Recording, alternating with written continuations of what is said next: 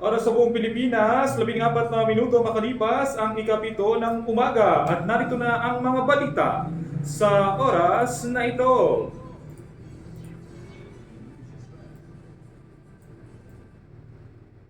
Duterte aampunin ng ibang bansa.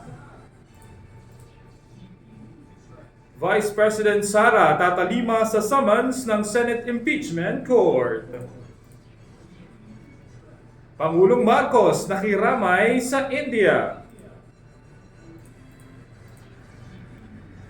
Connectivity Bill pinarerepaso ng Telco Group.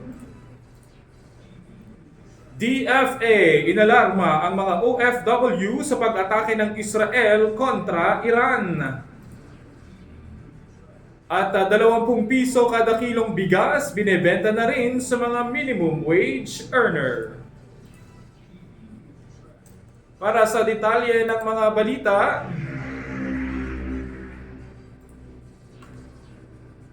formal lang hiniling ng mga abogado ni dating Pangulong Rodrigo Duterte ang kanyang pansamantalang paglaya mula sa pagkakakulong sa International Criminal Court o ICC. Sa website ng ICC makikita ang inihaing urgent request for interim release ng abogado ng dating Pangulo na si Nicholas Kaufman. Nakasaad din sa 16 na pahinang kahilingan na pumayag na ang hindi pa binabanggit na bansa na kupkupin si dating Pangulong Duterte pagkalaya nito. Ayon sa abogado ni Duterte, may batayan ang kanilang kahilingan dahil hindi naman ito tatakas at hindi na realistic na ikulong ang 80 taong kulang na dating lider. Sinabi rin ng defense na ang pagkakakulong sa dating Pangulo ay hindi kailangan dahil hindi siya flight risk. Binanggit din ang humanitarian grounds sa paghahain ng kahilingan para sa dating presidente. Si Duterte na nakadetine sa The Hague, the Netherlands, ay nahaharap sa mga kasong crimes against humanity kaugnay sa inilunsad na war on drugs sa ilalim ng kanyang administrasyon at noong alkalde pa siya ng Davao City. Samantala, igagalang naman ng Malacanang ang desisyon ng ICC sakaling pagbigyan ng interim release ni dating Pangulong Duterte. Sa press briefing, sinabi ni Palace Press Officer Attorney Claire Castro na nasa pagpapasya na ng ICC kung pagbibigyan o hindi ang kahilingan, kaya bahala na silang magdetermina kung ano ang magiging desisyon o resolusyon dito. Umaasa naman si Castro na mapapaniwala ng kampo ng dating Pangulong ang ICC judges sa kanilang bagong estratehiya at hindi sasabihin kalauna na nagbibiro lamang tulad ng pangako ni Duterte na pupunta sa West Philippine Sea sa pamamagitan ng jet ski.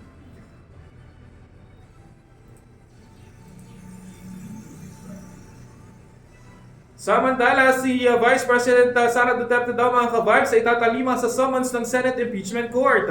Tiniyak nga ni Vice President Sara Duterte na tatalima siya sa mga summons na inisyu laban sa kanya ng Senate Impeachment Court. Sa panayam sa kanya sa Kuala Lumpur, Malaysia nitong araw ng kalayaan June 14, sinabi ni Vice President Sara na sa ngayon ay inihahanda na ng kanyang defense team ang magiging tugon nila sa naturang summons. Matatandaang noong Hunyo 11, isinilbi na ng Senate Impeachment Court ang naturang writ of summons sa Office of the Vice President o OVP sa Mandaluyong City. Kinumpirma na rin ng OVP na natanggap na nila ang summons. Alinsunod sa summons, binibigyan lamang ang Vice Presidente ng non-extendable na 10 days o 10 araw mula sa petsa ng pagkakatanggap dito upang tumugon. Inatasan din siya ng impeachment court na humarap sa session hall ng Senado sa oras at araw na itinakda ng presiding officer na si Senate President Francis Escudero.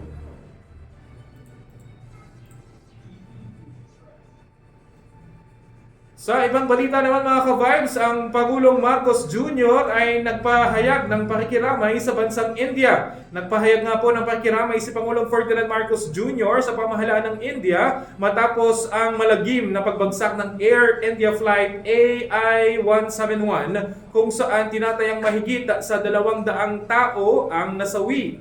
Sa pahayag ng Pangulo, sinabi nito na ikinalulungkot ng mga Pilipino ang trahedya at ipinaabot ang pakikidalamhati kay Prime Minister Narendra Modi at sa mga pamilyang nawalan ng mahal sa buhay. Hangad naman ng presidente na maalala ang mga biktima ng may dignidad at mapagaan ang kalooban ng mga naiwan sa trahedya kaugnay sa pagsisikap na matanggap ang hindi inaasahang pangyayari. Sakay ng bumagsak na eroplano ang nasa 169 na Indian nationals, 53 British, 7 Portuguese at 1 Canadian national, habang isa lamang ang nakaligtas sa nasabing trahedya. Samantala, connectivity bill naman mga ka-vibes, abay pinarerepaso po ito ng mga telco group.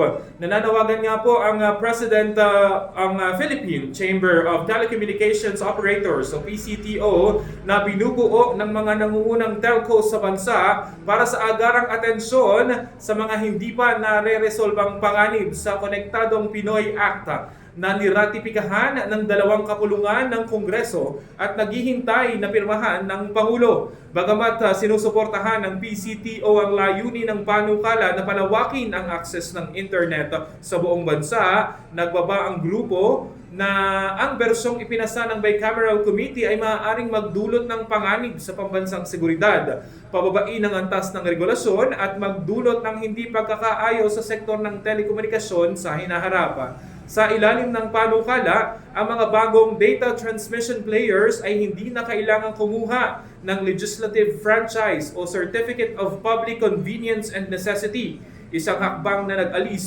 ng mahalagang filter na ginagamit noon upang suriin ang legal, financial, technical at cybersecurity readiness. Nagpahayag din ang PCTO na aalalahanin tungkol sa exemption ng batas sa Satellite Direct Access Services mula sa anumang uri ng registration o pahintulot mula sa Department of Information and Communication Technology o DICT o National Telecommunications Commission o NTC. Ito ay taliwas sa sariling prinsipyo ng technology neutrality na nakasaad sa Section 19 ng batas. Sa usapin naman ng cybersecurity, pinuna ng grupo na pinapayagan ng batas ang mga bagong player ng 2-year window upang makasunod sa national at international security standards. Naniniwala ang PCTO na ang pagkakaantala na ito ay hindi katanggap-tanggap sa panahon ngayon na tumitindi ang banta ng cyber security. Ang isa pang kakulangan sa batas ay ang kawalan ng anumang requirement na kailangang maglingkod ang mga bagong player sa geographically isolated at disadvantaged areas. Ito ay maaaring maghikayat sa mga bagong player na mag-focus lamang sa mga high-density urban area at iiwan ang mga rural na komunidad. Binanggit din ng PCTO ang panganib ng pagmamadali sa pagpasa ng batas nang walang mas malalim na pagsusuri sa mga stakeholder. Tinukoy ang Pogo Law Building bilang isang halimbawa ng mga mabuting hangarin subalit hindi maayos na naisakatuparan ang polisiya. Sa ibang balita naman mga ka-vibes, ang Department of Foreign Affairs po ay inaalarma ang mga OFW hinggil sa pag-atake ng Israel kontra Iran. Pinag-iingat nga po ng Philippine Embassy ang mga Overseas Filipino Worker o OFW sa Iraq matapos ang pag-atake ng Israel sa Iran nitong Biyernes ng madaling araw, Hunyo 13. Ginawa ng embahada ang babala isang araw matapos ipag-utos ng Estados Unidos ang pag-alis ng mga non-emergency government personnel nito sa Iraq. Pero wala namang binanggit ng partikular na dahilan sa paglilikas ng mga kawani maliban sa pagsasabing heightened regional tensions. Naghihintay naman ang ulat ang Department of Foreign Affairs kaugnay sa sorpresang pagsalakay ng Israel sa Iran kung saan may mga nasawi umanong matataas na military commanders, nuclear scientists at mga sibilyan.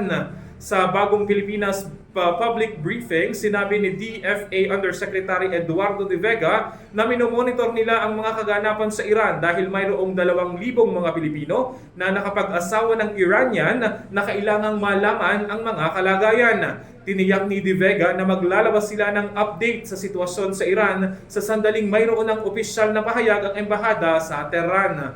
Pag-aaralan aniya kung maglalabas ng travel advisory dahil wala namang deployment ng OFW sa Iran. Sinabi rin ni De Vega na kung sakaling lumala ang sitwasyon sa Iran at maging sa Iraq, bibigyan ng shelter at ticket ang mga Pilipino na gustong umuwi ng Pilipinas.